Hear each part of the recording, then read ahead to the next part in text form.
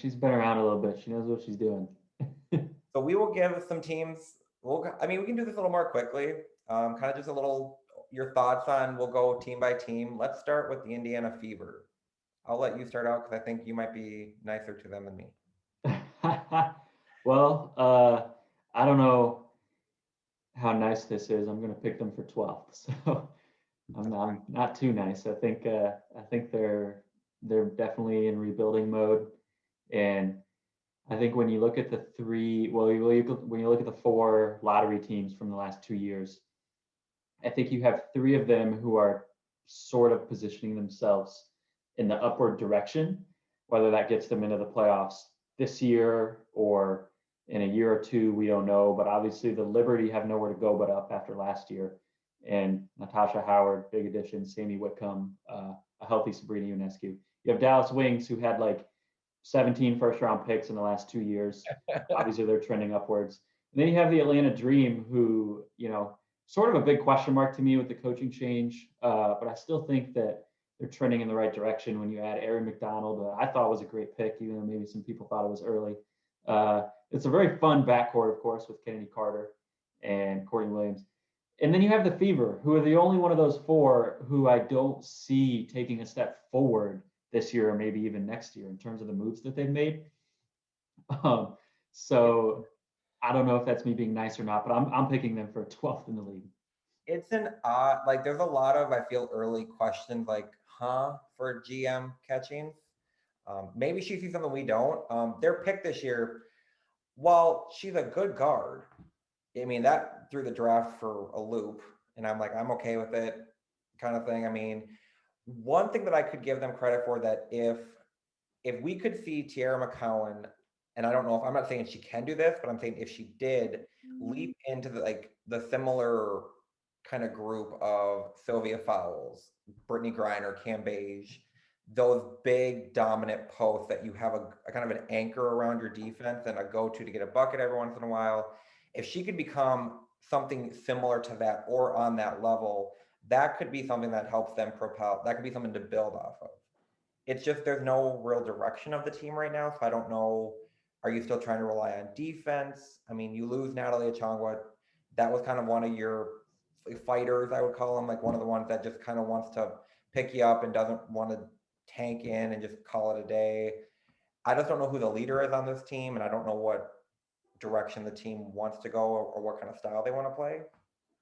To put it Yeah, mildly. it's interesting. It feels like they sort of don't have a solid identity. And, they give Jontel Lavender a lot of money, who I love her from her time with the Sky, but it didn't seem like that was the right fit for a player who's coming off of injury. She's, I think, 31, giving her that kind of contract seemed like that would be a better fit with someone who's in win now mode, which I don't think the Fever are. So just another decision, like you said, from Catchings that, maybe she knows something we don't, like you said, but it's sort of hard to see where that comes from in terms of what they're trying to accomplish in the team identity there. I do like Julie Alaman. Uh, I think I said her name wrong. I don't know how to say I it. know Alaman. Alaman. I know that. I know that. I know the last name was correct. I know that much. Okay. Um, well, yeah, I'm a big fan of hers, but overall, I just think the Fever are at least a couple years away still with this group that they have. Well, and speaking of the Lavender thing, you're already struggling. People, I mean, you drafted the two Baylor, or not Baylor bigs, but you have McCowan and you have Lauren Cox, and that's supposed to be your post future. But now you're giving a lot of money to someone to be a backup to them, to be a mentor to them. Kind of, that's just I didn't understand where they were going with that. I hope they have a decent, I hope they prove us wrong. I mean, I know Catchings knows more than I do. I'll admit that she knows a lot more than I would ever in basketball. So I'll give her time. And like you said, if they're in 12, I mean, maybe next year the Ryan Howard, and maybe that's what we're building towards. Because Catchings mentoring a Ryan Howard, I wouldn't mind seeing it next year. Yeah, and you brought up the Kaiser Gondrusek pick. It's one of those picks that we all thought that it really shook up the draft because no one saw her going that high. But it's one of those picks where 3 years from now you're either going to look like a huge idiot or like a genius. There's no in between. As I was talking with some her hoop stats people about, it's like either she does well, in which case we're all like, wow, you saw that and none of us did, or she completely flops, in which case everyone says, "Hey, we told you so." All the mock drafts were right. But it's one or the other. There's no in between, and it'll be interesting to see how that plays out. But yeah, ultimately, I think, like you said, if they get the number one pick, then they could be a year or two away if they had someone like Ryan Howard. But I don't see it this year. And then we'll move to another team you mentioned. Let's go to the Atlanta Dream. I think all the guards that you mentioned, I think one like getting Odyssey Sims, which that I wish we could have found a way to keep her. I would have loved Odyssey on this team. It just was a numbers crunch. We signed free agents, and with that comes sometimes less room for people. So Odyssey going to Atlanta, that to me, I mean, you literally have just some of the quickest guards. You add her to Aerie and you add her to Courtney Williams. I mean, they are going to be fast. And then you had, Cheyenne Parker is a perfect big because she can work. She's kind of, Chicago Sky playing up tempo. So she's used to a faster pace. She can get up. Plus, you have in Cheyenne Parker, you have someone with no back down mentality. That's what you call a fighter, literally with Cam Beige if they play Vegas. I mean, that's event television when those two run into each other again. But I mean, to me, it's like I don't know why they're not getting talked to. I have them as a playoff team just because you have the coaching thing that made me pause a little bit. Cause I'm like, does that throw off chemistry and stuff? But your guard play alone, that should win you enough games to be above 4 other teams, in my view, this year. And one of their biggest struggles, like we talked about with the Sky, was defense. Only unlike the Sky last year, they didn't have the offense to make up for it. They might this year. And to me, Aerie McDonald was a slam dunk pick in terms of drafting someone who can really defend and get after you on the perimeter. I think they're going to take a step forward, definitely. And their backcourt, in addition to just being fast and quick, is going to be really fun. This is the appointment television backcourt because the personalities that you have in this backcourt. There's so much swag. No one has more swag than the Atlanta Dream backcourt. And they have some sort of off the court momentum, if you will, with the Kelly Loeffler situation and now Renee Montgomery owning the team. It just feels like that sort of emotional move has to translate to some level, at least on the court, to sort of give this team momentum going into the season. So playoff team, I'm not sure. It'd be interesting to talk about, because they got to replace someone, obviously, and I'm not sure who they replace. Maybe the Sparks, like I brought up. I definitely see them competing right around that cut line, though. If they don't make the playoffs, 9 or 10. I think last year they were 11th, so definitely think they're going to make a jump. I mean, that team, like I said, they're going to be flying up and down. I want to see, like, when you have a team that has swagger in the backcourt, I always think about them like, how is that going to go against Taurasi? Like, is she just going to hit him? Is she going to be cranky? Is she going to be quiet? Like, I want to see that Phoenix matchup because I'm like, we've seen when guards try and get up. Like, I love the old style, like Taurasi in terms of not old, I'm not going to call her old. Jesus, I don't want to get in trouble with Taurasi. But in terms of like, we've seen Courtney Williams and her in the Chicago and the Connecticut Phoenix days, like guards like that tend to tick her off more. So I'm like, I'm curious to see how many feathers they ruffle. I mean, if you have Parker, we know who she can ruffle. You add the guards. I'm like, there might be technicals in this team, but they're still going to be entertaining to win. And I said, I don't know if you have another team that has the guard speed to stick with them, at least consistently across the board. I agree with you with Aerie. I don't know how anyone questions her defense when they saw her play against Paige Beckers. I mean, she may have, there was never someone, and keep in mind, I'm in Minnesota. I've seen Paige in high school. I don't know if I've seen anyone ever frustrate Paige to that level that Aerie McDonald frustrated her to in that game. And her shooting off the dribble, which was sort of a big question mark, really in the tournament came on strong. And it's a small sample, obviously, but I mean, she was knocking down everything from deep, off of screens, pull-ups, which I think, you take that step back, 3-point line in the WNBA. I think she's maybe a little bit more ready for that than people think as well. But yeah, this is going to be a fun team to watch. And by the way, happy birthday to Courtney Williams tomorrow. There you go.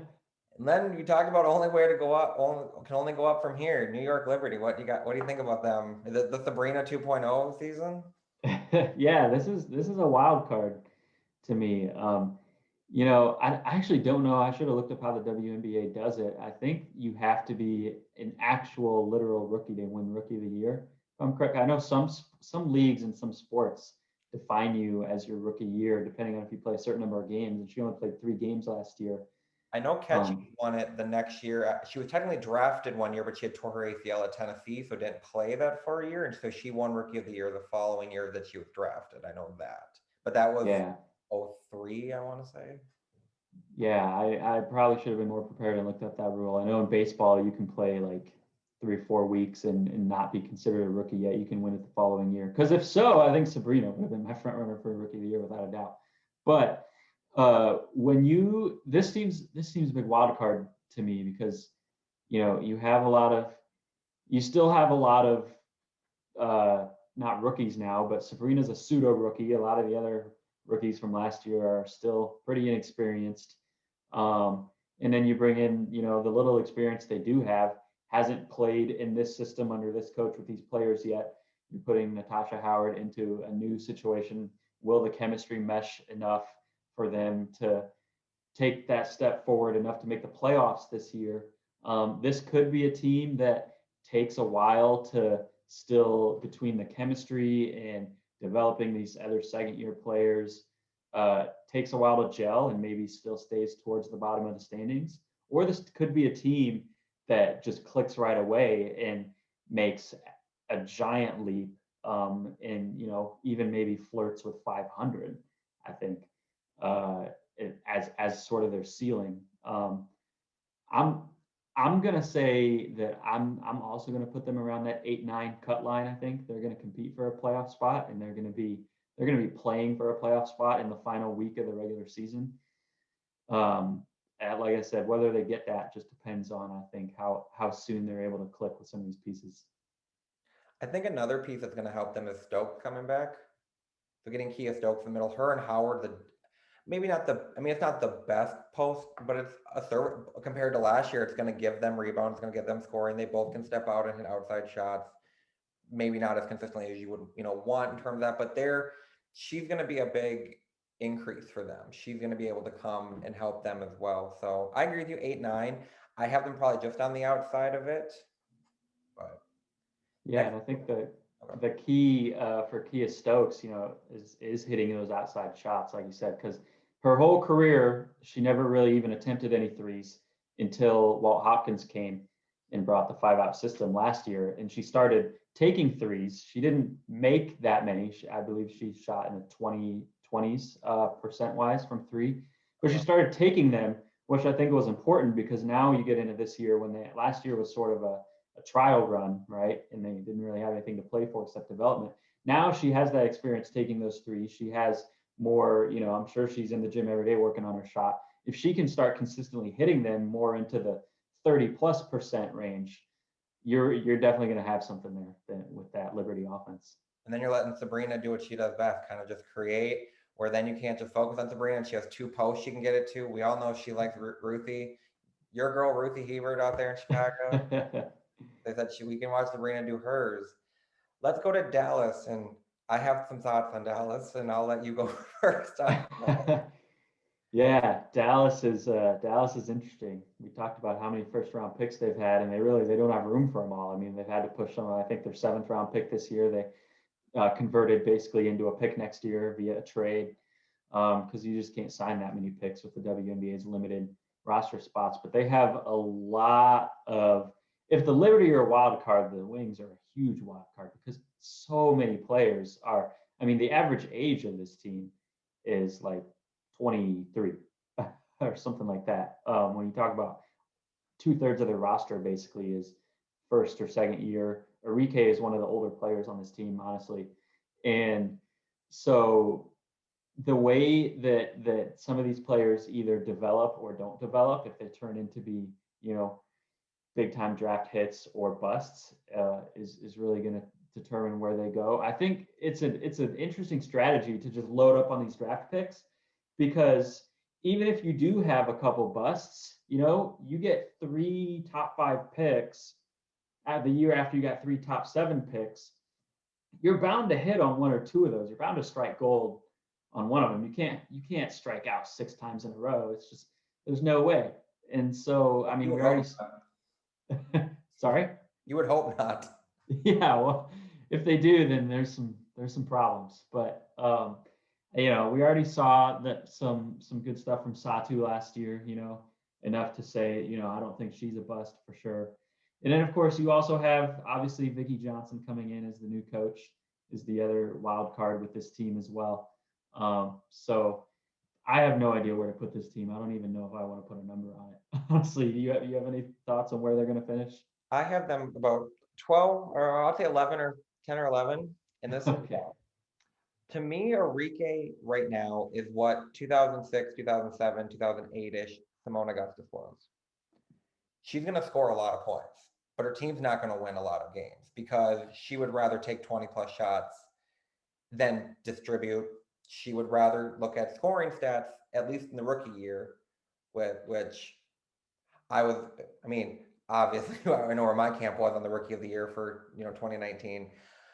I just think you can't be that volume of a scorer and have games such as 3 for 23 or 6 for 21. So that's why, and I said, I'm not saying she can't get there because reason I compare it to Simone is when you're an elite scorer, when you take that next level is when you add defense to it, when you add leadership to it, that type of situation, like Simone did in 2011 under Cheryl Reeve's tutelage. Now, if Vicki Johnson can get that out of Enrique, they can be a better team. I think in terms of draft, I think they're the opposite of what we talked about with opportunities. There's not enough opportunities for all their picks. Like you have Dana Evans, Chelsea Dungy, Ty Harris. These are all players that in the right system could thrive. I just think they're so compact on Dallas. You're going to have some that are just kind of sitting there wasting away a little bit.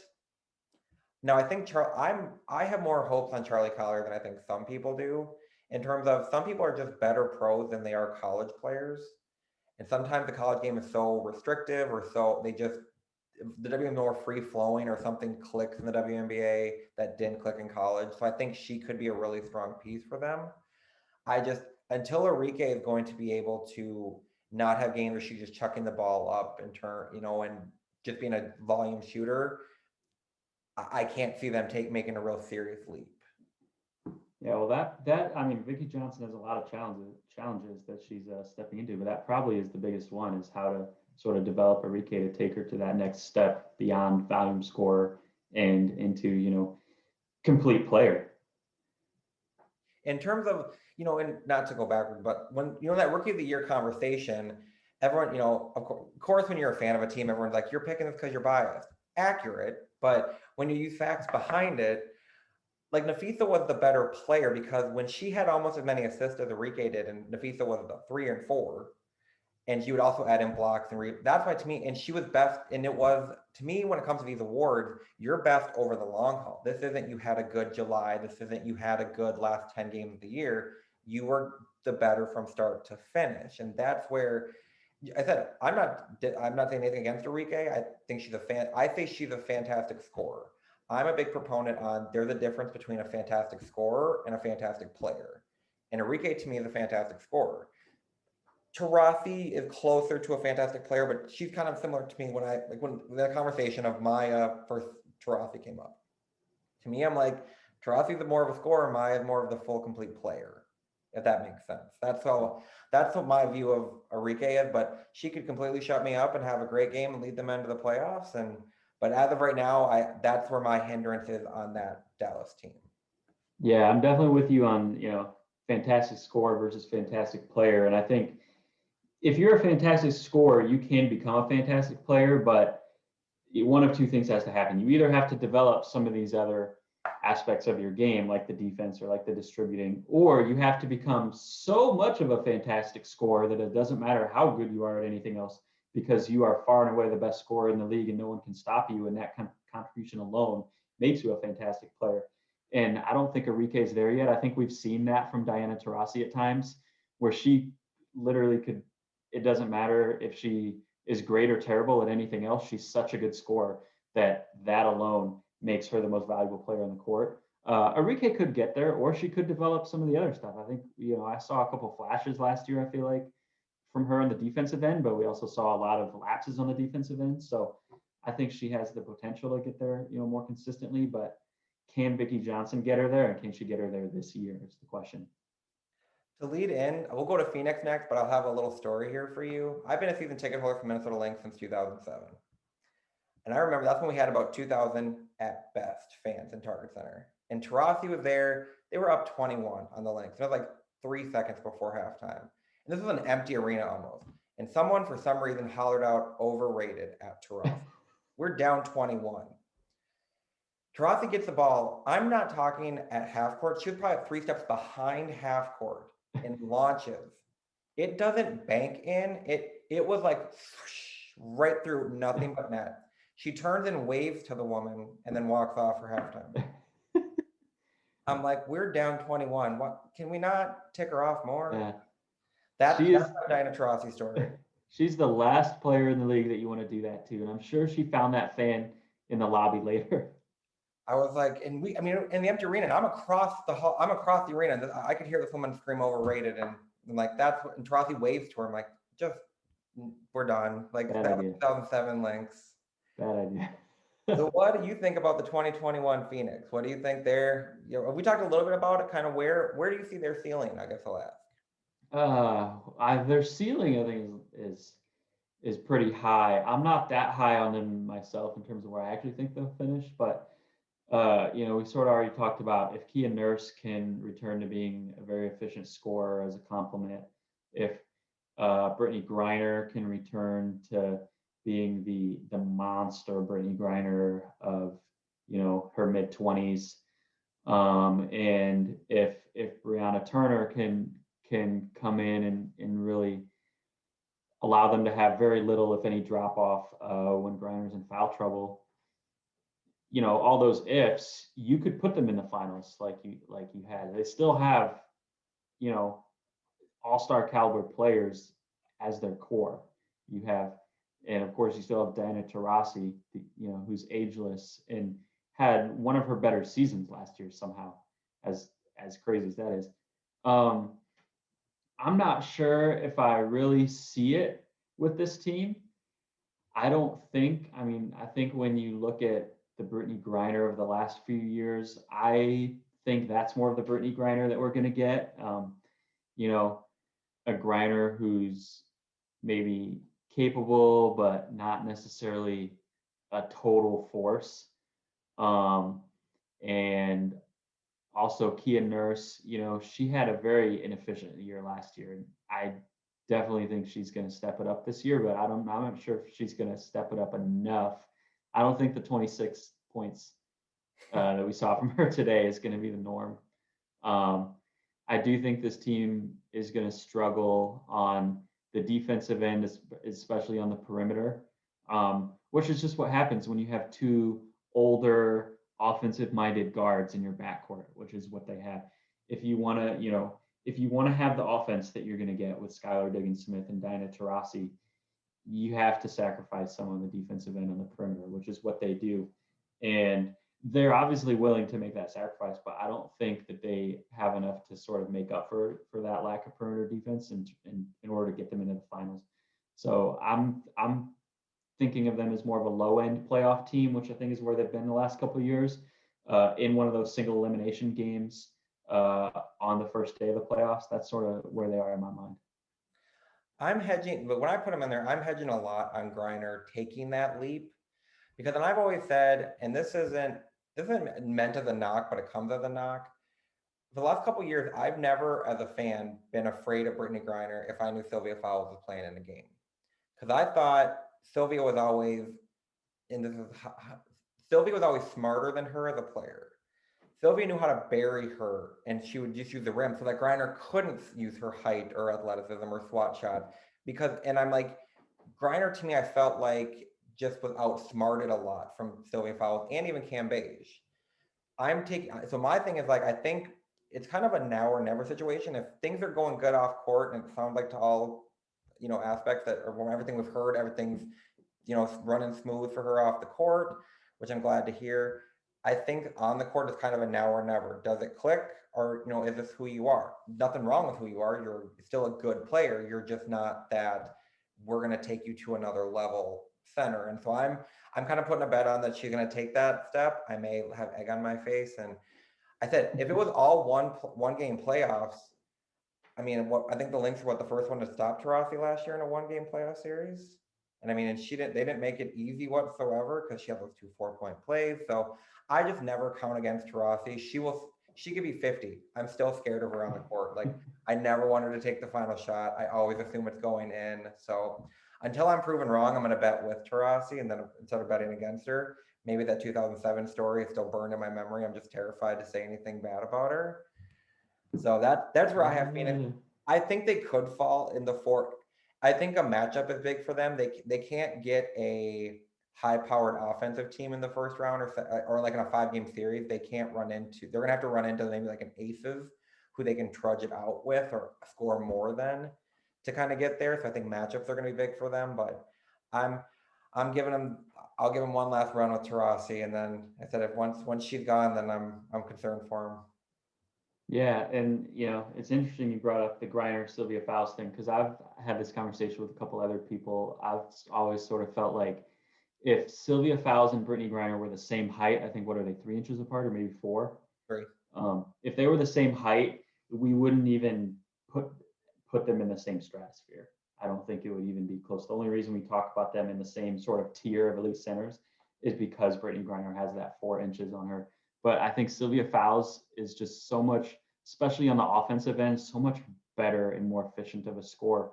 And especially last season, that's the biggest area, I think, more so than the shot blocking or the defense, that we saw drop off from Brittany Griner. She shot under 50% last year from the field after shooting, above 54. I have her stats pulled up here, above 54% every year of her career. She didn't even get to 50% last year. I think if you're 6'9" and you have the kind of guard talent around you that she does, to put you in that position to score, I don't think there's any excuse for shooting below 50%. So I think they need Brittany Griner if they're going to take that step and get back to the finals this year.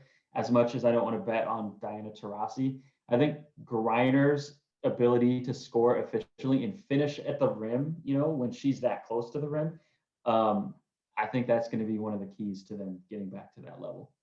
My one question for her kind of that efficiency, why fade away? What are you doing a twist and fade away Exactly. shot for when you're 6'9" at the rim? Like, why are you going from 2 feet back to 5 or 6 feet? I mean, you're making it harder on yourself, I feel, and my thing is use the glass. Glass is your friend. Bank it in, use that kind of. So I say that's why I say with Sil, like, but I've said this about Sil in terms of, and this is once again, bias included. I thought she was always smarter than Cambage and Griner because she would use the rim, she would bury them where they were more emotional or she could outsmart them. And I'm like, there's where Sylvie becomes the best center to me in the WNBA. Now, John Paul Jones to me is up. Now she's harder to outsmart because she can step out and she's a smart player. She can hit the three where Sil cannot. And there's where we tend to struggle when it comes to the Connecticut Sun. And let's turn to the Connecticut Sun. They enter Jonquel Jones. They exit Alyssa Thomas, who's their heart and soul. Do they drop? Does Jonquel just kind of slide in a different way, lead to what Thomas did, in your opinion? Or are they kind of same as they were last year? I think in the regular season, I don't see them dropping off too much. I think the Sun are sort of a team, and last year was maybe a very extreme example of it. But they sort of have that build with all the veterans on their roster, Jasmine Thomas and Dewana Bonner, who have all sort of been there, done that kind of thing. They've been through this drill before. They're playing for the playoffs, and I think we saw last year to an extreme where they finished 7th in the regular season, and then they started out 0-5. It's not, it's not that they didn't care per se about the regular season, but it's that they have an extra gear, maybe more than any other team, that they can get to in the playoffs. And I think especially Alyssa Thomas is where that extra gear comes from as much as anyone. I think a lot of them do too. I think DeWanna Bonner does, but I think especially Alyssa Thomas has sort of that ability to dig deep and just find a whole nother level when the lights get bright and when it comes to, single elimination basketball or a game 5, and I think they're really going to miss that come playoffs a lot more so than they do in the regular season when maybe they can coast a little bit. So I see them around the 5 to 8 range again in the regular season, but I don't see them making a deep run in the playoffs like they did last year. I agree with that. I thought John Quell is going to be a big part to them. Thomas, it's so hard to replace what she does. Like everyone's always like she's short, but she's such a bulldog. Like, she's going to give you 18 rebounds, possibly 18 assists, and somehow get 12, 14 points. They're one of the most irreplaceable players that they had on that team, maybe next to DeWanna Bonner, who I still don't know how. I mean, she has Tina Thompson range with threes, where she's coming from about half court and just throwing it up there, and somehow the rainbow shot goes in. I agree with you on them. Let's give you some excitement to talk about. Let's talk about your team, Chicago Sky. I want to hear your thoughts on them because I said you have a player that's a lot more likable now when she's in a Chicago Sky jersey. Let's talk about her. Yeah, well, I don't even think we've mentioned yet that she, is a Chicago native as well. So she's coming home, obviously, which is huge. Um, I think ever since James Wade came, there's been sort of this feeling that this team was maybe right there, hasn't been able to quite get over that hump yet. They haven't gotten in his 2 years into a playoff series. They've been knocked out in the single elimination round both times, but obviously they were Hamby heave away from it one year, and they were maybe a Diamond DeShields and or Azare Stevens injury away from it last year. They were, a lot of people thought they were maybe a top 2 or 3 team last year before those two players left the bubble, and they finished, I think, winning like 2 of their last 9 or something like that. So, now you bring those 2 players back. They're going to have to manage Azare's minutes, but not Diamond, from what I understand. And you add in Candace Parker. This is a team that's right away. I love the move because your backcourt, which is your heart and soul, your Courtney Vandersloot and your Allie Quigley, who are obviously fan favorites, and they're married, and they are Chicago Sky basketball for the last several years, and they're both in their 30s now. I think Quigley's 35, Vandersloot's 31 or 32. So you have this window too where you want to maximize. You can't keep losing the single elimination round while you still have this talent there. So this move, bringing in Candace Parker, really, I think, is going to get them over the hump. I'm not sure for a championship, but at the very least, I see them making, the semifinals and actually playing a playoff series this year. I got to ask, is the Hamby heave to Chicago Sky fans what the Nneka Ogwumike game winner in 2016 is to Minnesota Lynx fans? Yeah, I think it is. It's both controversial, both have issues where the refs ignored rules or ignored out of bounds lines. It's tough too, because I mean, it didn't even win the game for them necessarily, because she took the shot so early. The Sky had a possession and they got a look from Astu Du to win it from the corner, and it was a good look, and they didn't win it. But that whole game was just trading blows back and forth. There were so many lead changes, especially in the third quarter and the fourth quarter. I think people sort of reduced that game down to the Hamby heave. But if you remember, that was the same game Kelsey Plum hit like a 1-footer at the buzzer of the third quarter, and James Harden was on the bench or on the sideline going crazy. That was the same game that Liz Cambage stepped out. I think she knocked down 2 threes, at least one, which is one of her like 4 career threes or something.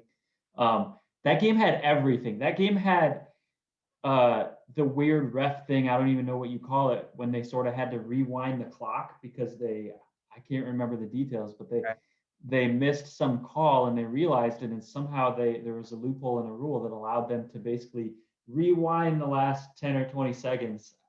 The details are escaping me of what that was, but this game had everything, like everything, to make it a classic, and then it had to end with the Hamby heave, which is just, for a Sky fan, it's so unfortunate, but from a neutral fan perspective, it was amazing for the league. So you understand what we feel like. I'll always remember, like the argument I've had with people in terms of our one shot is everyone's like, Maya shot it too soon when they went up. That gave him time. Elena Beard fell down and Maya Moore was wide open in a game 5. I'm going to take that shot every second of every day. She hit it too. It's just, that's my thing, is like, you look back and it's like, what ifs, but those are two probably one of the most memorable moments in the league history in those two. With, you have Teaspoon's, half court against Houston. I mean, it's just, And when you're on the opposite of that of team of that fan, you're like, this sucks. You're like, now you're gonna have to have Yeah. replayed year after year after year. Every time the Sky and Aces play each other now, they have to replay that. But of course, the Sky and Aces already had a rivalry building up to that. There was a little sort of, I don't want to say fight, but some bad blood between Liz Cambage and Cheyenne Parker from one of the regular season games, and that spilled over onto Twitter, and there was a lot going on between these two teams that sort of just hit its peak in that game. So will our teams have beef now with Natalie Achangwa and Stephanie Dolson? I don't know. I hope not, because I don't want to have a beef with the Lynx. I like the Lynx. It's kind of just to wrap off this guy. I agree with you. I said, you heard my feel. I think when you add Parker to an already key offensive, a great offensive team, I think the key is just going to be when you give Flute minutes, when you don't have to have her bring the ball up every time, you're going to see Courtney Vandersloot at her best. You're going to see her rested. You're going to see her not as drained in 37, 38, 39 minutes of play. And it's just when you have a passing big, it makes everything different. And Parker can score, like you said, pick and pop, pick and roll. This guy, I said, it's exciting to think championship or bust. It might be premature to see how everything fits together with what they're going to be missing at times. But once you come to playoffs, you have players that know how to win. You have a Candace Parker who knows how to win championships, who knows how to be clutch. And I agree with you. If they get into a series, then a Hamby heave isn't, if that happens one game, okay, we can come back and win the next one. It's not like our season is over. And so I agree with you. I think they're for sure in series. I have them in the finals because, and I said it hurts to put Candace Parker in the finals, but that's where I have her. Let's go to the Mystics. They have some question marks as well. What do you think about them? Yeah, I was very, very high on them before Alicia Clark got hurt because I thought that was an excellent acquisition. We've already heaped a lot of praises on her, and I just think that when you bring everyone back who sat out last season, that this team was going to be right back there in the championship mix. Now, you take away Alicia Clark, and you also there's more question marks that in the last week or so that I've learned about that maybe I realized about Elena Deladon's health still. She didn't play that preseason game. She is hoping to play in their season opener, but it sounds like she might not be at 100%. So yeah, I'm not sure if I necessarily, they have a championship ceiling, of course, but I'm not sure if I necessarily see them, being at that level unless Elena Deladon does get fully healthy. Or maybe if Tina Charles lives up to what everyone in the Mystics camp seems to be talking about. Everything I'm hearing is Tina Charles is back. We have MVP level Tina Charles from what she's looking like in training camp in the preseason. And if that's true, then they could win a championship. We saw her preseason up close. She looks like to be in the best shape I've seen her in terms of her career. She looks fantastic. Had 18. Once again, preseason games are hard to gauge, but preseason game going against Phil for at least a couple of buckets and hit it over Sylvia Fowles. So for whatever that's worth.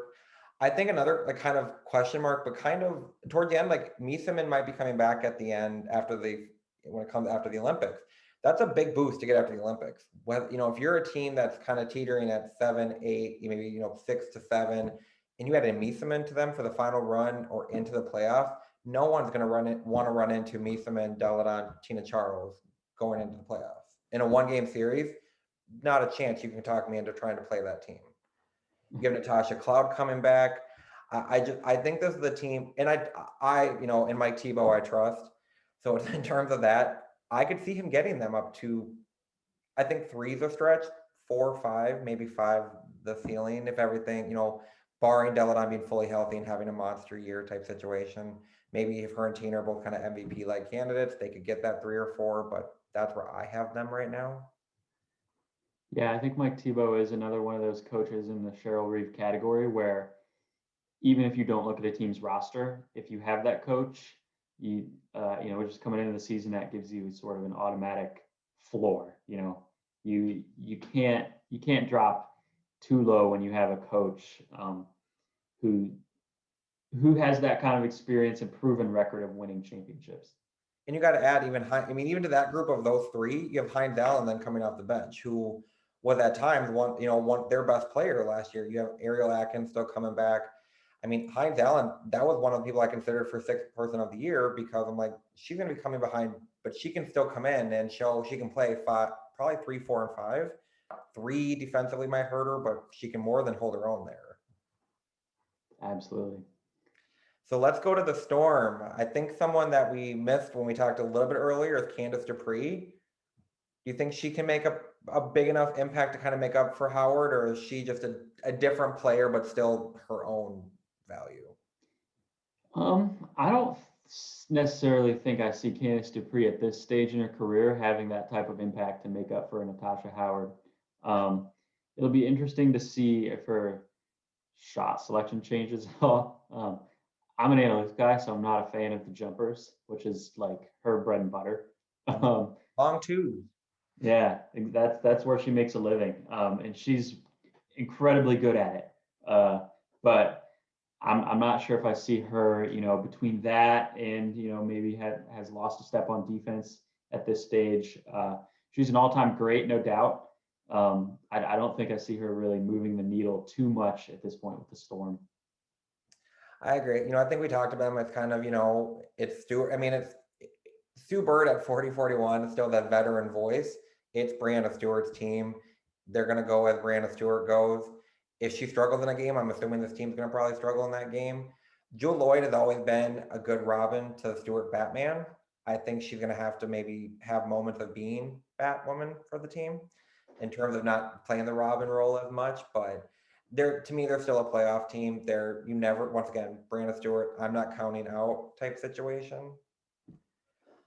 Let's go to Vegas next. We talked a little bit about them, but kind of what I mean, there's new news as of hours ago, so it's kind of we're doing this on the fly here. So, kind of your updated thoughts on them. Yeah, well, I think point guards are the most important position on the basketball court, and that was sort of a question mark from them last year, and they still made the finals. With a sort of a rotation at point guard, often starting Lindsey Allen at that spot. That's a big upgrade to go to Chelsea Gray, and I think that upgrade more than cancels out, any loss that they have, whether it's Kayla McBride to free agency or Angel McCautry to injury. So I do think this team's going to take a step forward, and that's not even including, of course, we talked about Cam Bayes and Plum. So I think this team's better than they were last year, and this was a top 2 team last year. They got the number 1 seed and made the finals. The reason I'm not picking them to win, I just think they got better, but so did a few other teams at the top. The Lynx got better, the Sky got better. So I think some other teams sort of moved up in that group with them. I definitely think they could still win it all, even without Angel. And even though the Sky and Aces have that sort of rivalry going, I really can't find it in me to hate the Aces. I mean, maybe personally, I'm not a big Liz Cambage fan, but I do like Asia Wilson a lot. I like Kelsey Plum a lot, and Likeable. I have a hard time rooting against them. So I don't know if that's blasphemous or not, but I see the Aces really having a great season. You're a bigger man than me because I have it easy to not like the Sparks. No, there's no hesitation to not like the Sparks. If they lose, it's a good day for me. So, and that's even without Parker and Chelsea Gray. I still don't want to like the Sparks. And then we talked. I know you picked them as your champion. There, we'll go hometown team. Any more thoughts kind of added to the Lynx, or are we just going to be the team to beat this year in your view? I hope so because, well, I mean, I hope the Sky are the team to beat, obviously. But I put some money down on the Lynx because they have ridiculous odds right now. I don't know if you're a betting guy or not, but they are at plus 1,700 on a lot of sports books right now, which is, for reference, any listeners who aren't betting people, that's the 8th best odds. And I think no matter where anyone stands on the Lynx, whether you're high or low, no one has them as not a top 7 team. No one has them in the 8th best team, except for the sports books for some reason. So I put a lot of money on them, which not a lot, but maybe more than what was smart. So I hope that they have a great season. I think they will, especially when their pieces are back. I think they have, a lot of the depth they were missing last year, in addition to all the talent. Um, Now, when you add in Achanwa to Duntus and Fouls in the front court, and of course, you already had your shooters in Banham and Carlton with Dangerfield in the backcourt. Now you have even more depth because you can bring them off the bench behind McBride and Powers. So to me, I think this is the team to beat right now. But I think you could make a case for 4 or 5 different teams as the team to beat right now.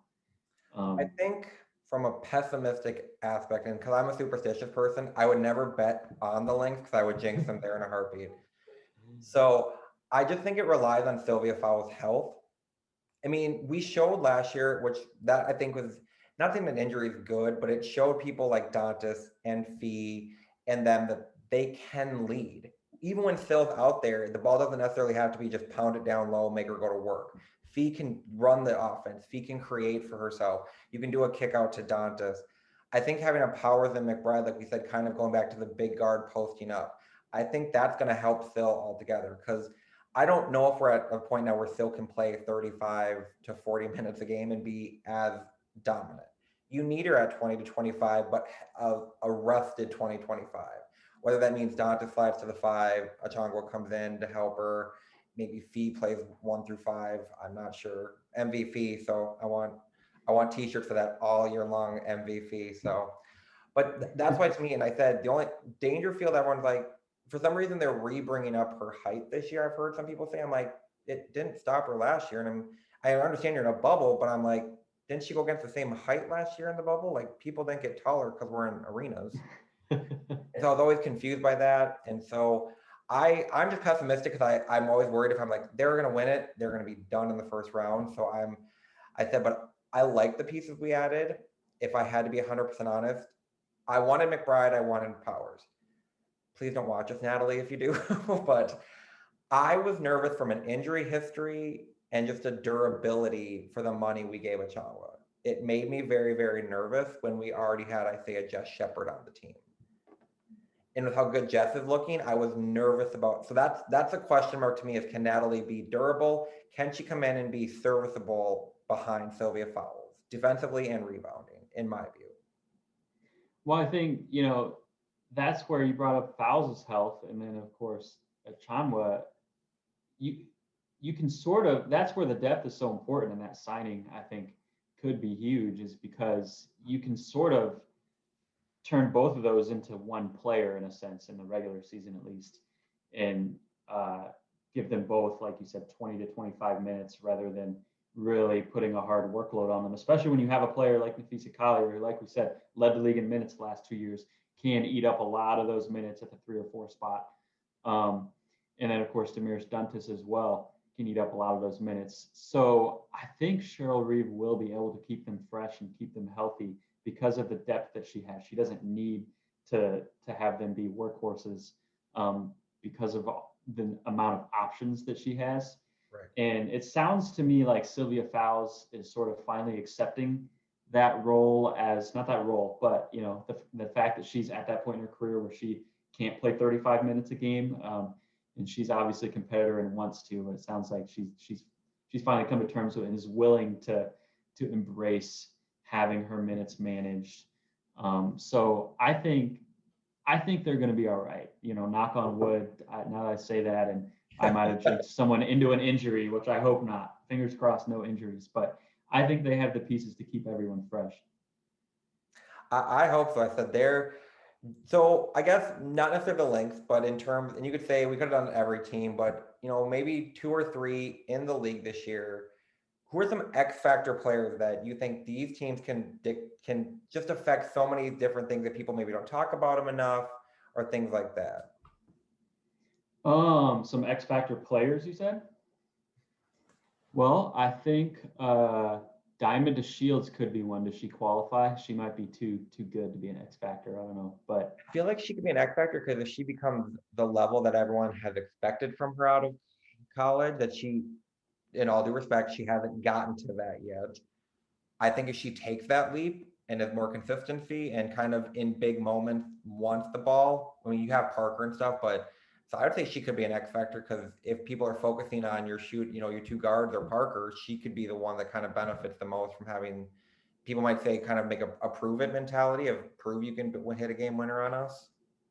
Yeah, and I think, in basketball, as good as Candace Parker is, I think sometimes it's just helpful in those late clock situations to have a guard that you can go to, someone who, can break down anyone off the dribble. Candace Parker is certainly an excellent ball handler at her size and can break down bigs off the dribble, but I don't think Candace Parker is breaking down, a quick guard, someone like Brittany Sykes, breaking them down off the dribble. Whereas if there's someone like a Diamond Shields in the backcourt that you can give the ball to and they can just go get a bucket, when you need it, I think that's key. And especially, even when you do have Candace Parker, to have two of those type of players, to take the defensive focus off of each other. So if she can get to that level, a lot of the talk, I don't feel like she's getting that talked about this offseason because Candace Parker's stealing the show, of course, and people are talking about Courtney Vandersloot still, and the Gabby Williams situation has been a distraction. So I think Diamond DeShields, it feels like to me that she's flying a little bit under the radar, but she could be poised if she is healthy for that breakout year that we've been waiting for. I'll go with two of them. I'll go with Alicia Gray down in Dallas. I think she is poised to have, she doesn't have to necessarily be a 20-point scorer, but if she can give you 11 to 15 with good efficiency, low turnovers, defense, she could just be that consistent guard and let Arike kind of ride the roller coaster of high highs, but then you have someone to rely on when there's low lows. And so that's why to me, she's, and a veteran presence on, like you said, a very young team. She can also handle the ball if you need her she can play kind of a Simone Augustus role in the Lynx championship years. You don't necessarily, when Lindsay was off the court, we didn't always have a point guard. Simone just got it up the court for us. So you could get it in, you could get the play run and not necessarily have a point guard run it, but Simone could just bring it up. And Gray could be that same thing if one of your point guards are struggling, if they're, Enrique's in foul trouble or off the floor. So she's my number one. I think Jess Shepard is a huge X factor for the Lynx. Her health, and she almost had a double-double at their preseason, but she just does everything that you would want a Cheryl Reeve player wants to do. She rebounds, she hustles, I say she's Janelle McCarville, JMac 2.0, because she makes passes from a big that you would not expect a big to make. Now, McCarville was circus-like with the behind the backs and things like that, where Jess is a little more, she's going to make just the normal pass to you, but it's going to be on the money and on the mark. So those are the two X factors I have marked early season. Yeah, I love the Jess Shepard pick. She was showing a lot of flashes of being sort of breaking out right away when she first stepped in the league before that unfortunate injury. And obviously she hasn't played since, but I think that first few weeks, she's sort of burst onto the scene. So I'm excited to see her back on the court. So now I'm going to make you make a bold statement of the WNBA 25th year. What's your bold statement for the year? Oh, a bold prediction, a hot take. Mm-hmm.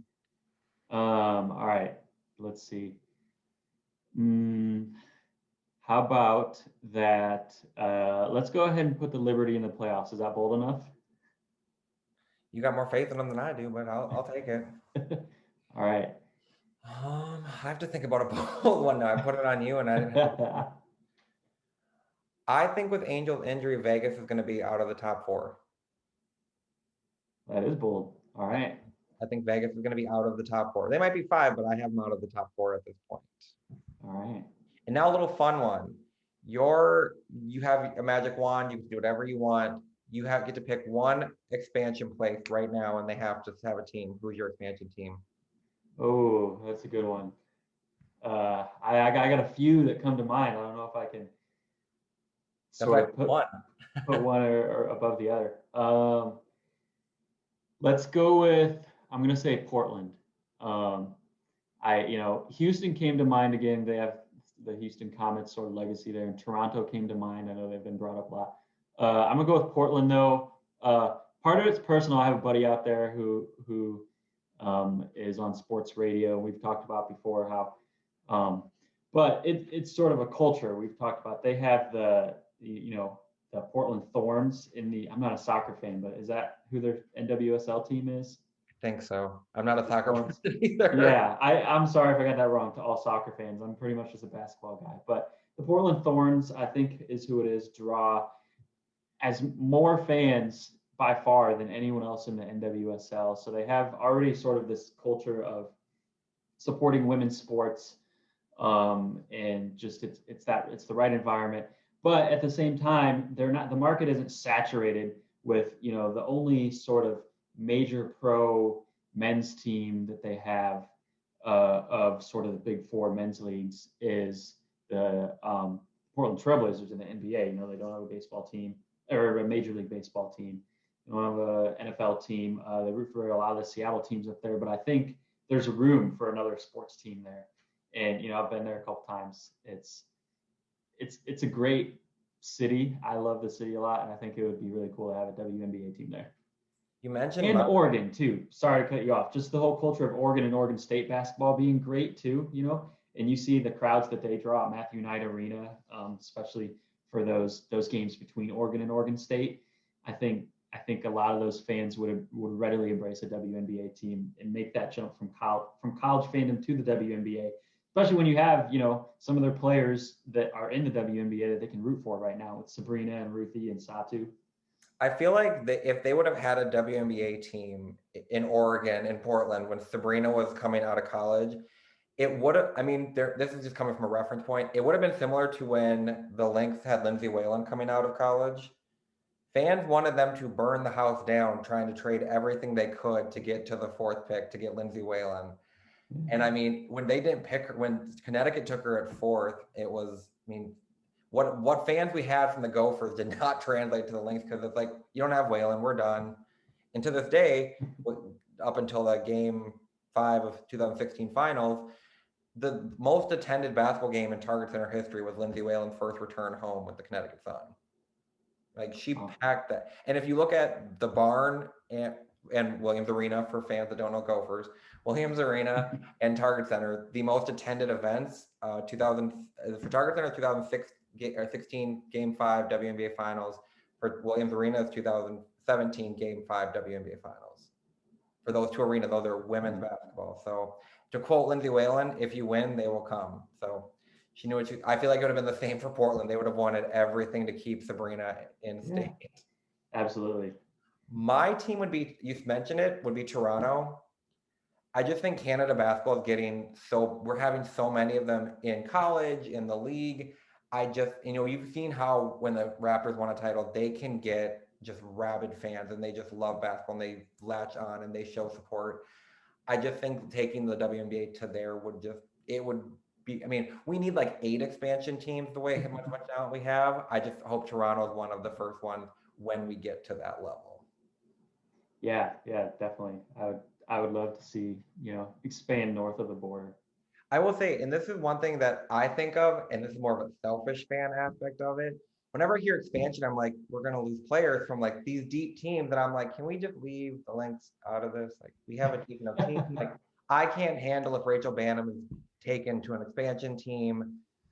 I mean, or let's have expansion until Sylvia's retired so we can kind of save Fee in the top 6 up there, that thing. Like, and selfishly, that's what I think about. I want the league to have expansion. We're going to lose players. And I'm like, well, yeah, that's but the Lynx honestly might be in as good of a shape as anyone with how deep they are. They could lose a few players and honestly still have a pretty solid rotation. I mean, if it's not Banham, that's where I draw a line. I just want Rachel Banham on the Lynx. Like, it followed Whalen's career. She came home from Connecticut to Minnesota on the same year that Whalen did, same team. They went the same number, same university. I'm like, she has to win 4 titles now. That's all I ask. I don't ask for much. That's a big ask. Right. I wouldn't put it past Cheryl Reeve to win 4 more. I hope. I mean, I'm not gonna. I wouldn't argue. I would love it. So before we wrap this up, I first once again want to say thank you. I've taken probably more time than you ever expected me to take for you doing this. No, this was a blast. Do you have any final thoughts you want to say? I mean, once again, we're starting Friday, and who knows all the cuts we're going to hear between now and then, and updated rosters. Yeah, I mean, I guess final thoughts are just that I'm very pumped to have the WNBA not only back, but back in home arenas. And obviously, you said you'll be going to some games. I live a couple hours from Chicago, so I don't have season tickets or anything, but I'll be going as media, hopefully for a couple games. You know, maybe to Indiana as well. It's not too far of a drive. So just I'm excited to be back in an arena. You know, however many times I get to do that this year, and just can't wait for some more basketball. I got to go into Target Center for the Minnesota State high school girls tournament. I almost hugged the seats. I was so excited to be back. I'm not leaving. I'm like, I'm done. But yeah, so Yeah. ticket holder for the Lynx, so I will be at all their games. And you made me remind me of something. I'm gonna put you on the spot again. I have a feeling I know where you'll go. Best New Jersey. Which team has the best Oh, New jerseys? you know, I'm really partial, I think, to the Fever, the Indiana Fever Stranger Things jerseys. I think those are really cool.